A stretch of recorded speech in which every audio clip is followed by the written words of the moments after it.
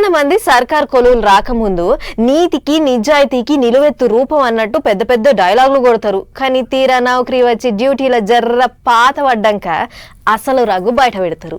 ఏ పని చేయాలన్నా చేయి తడవంది అసలు పనే కాదు. అందుకే గీ తీర్ల కోటాను కోట్ల రూపాయలు ఎనికేసుకుర్రు కొందరు అవినీతి అధికారులు. కరెంటు శాఖలో పనిచేసే డిఈ ముత్యం వెంకటరమణ సారు ఎంత మంచోడో చూడుర్రి.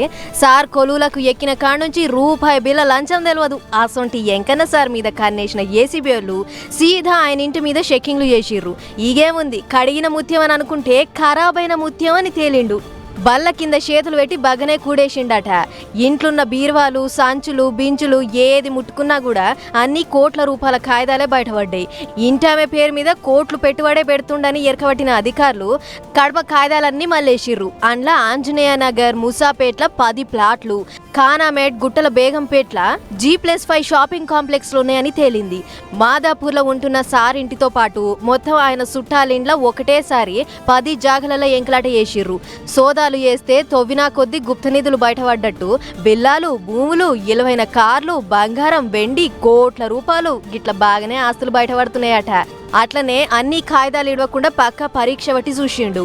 మార్కెట్ విలువ ప్రకారం సార్ కూడబెట్టిన లంచాల ఆస్తి 100 కోట్ల మీదనే ఉంటదంటుర్రు. ఇక గీ ముచ్చటి ఇట్లుంటే వరంగల్ జిల్లా నెక్కొండల ఇంకో కథ. ఎస్ఐ మహేందర్ పబ్లిక్ ను రాసి రంపాన పెట్టి దొంగసాటుగా లంచాలు పీక్క తింటుండట. ఇక గీ ముచ్చట పెద్ద అధికారులకు ఎరికైతే పోలీస్ పెద్ద శ్వేతారెడ్డి మేడం సస్పెండ్ చేసింది. ఇగేముంది, సార్ బాధితులకు దీపావళి పండుగ వచ్చినంత సంబరమైంది. స్టేషన్ ముంగట పటాకులు కాల్చి మా దరిద్రం పొయ్యిందని ముషి ముప్పందు అయ్యిర్రు. గది కథ. పటాకులు కాల్చుడు, సస్పెండ్ చేసినందుకు మేడంకు పాలాభిషేకాలు చేసుడు గిట్ల నడిచింది. ఆయన ఓ పోలీసులంటే జనాలు మస్తు గౌరవిస్తారు. అసొంటిది ఎటన్నా తబాదాలై పోతే బాధతోని అలుముకోవాలి గాని గిట్ల దరిద్రం పోయింది అనే కాడికి తెచ్చుకున్నామంటే ఉండాలయ్యా నీ అసొంటి పనోళ్ళు అని తిట్టవట్టిర్రు గీ ముచ్చట చూసిన జనాలు.